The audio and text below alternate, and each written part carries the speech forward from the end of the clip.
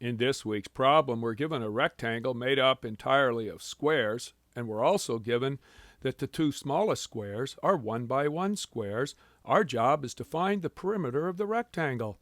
Well, if the two smallest squares are 1 by 1s and they're stacked up, then the one to the right has to be a 2 by 2. Then it's clear that the one above is a 3 by 3, and then the one to the left is 3 plus 2, or 5 by 5.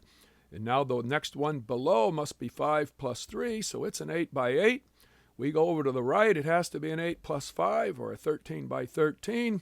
And then we have 13 plus 8 to get 21 by 21. And finally, 21 plus 13 gives us a 34 by 34.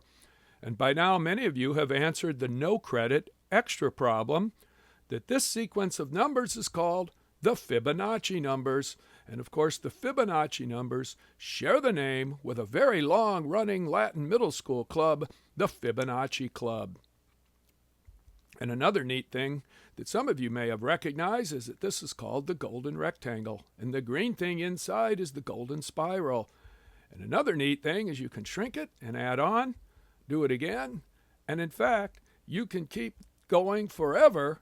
But we like to keep our video solutions inside of 2 minutes, so we'll stop there and get back to the final solution.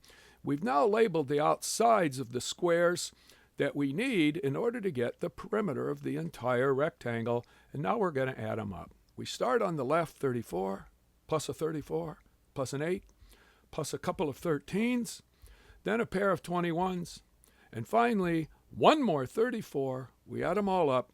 We get the perimeter is 178. The answer to this week's problem of the week.